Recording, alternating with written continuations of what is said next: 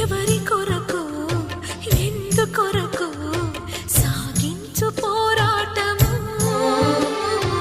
ఇల్లు విడిచి పల్లె విడిచి ఎన్నాళ్ళు ఈ నరకము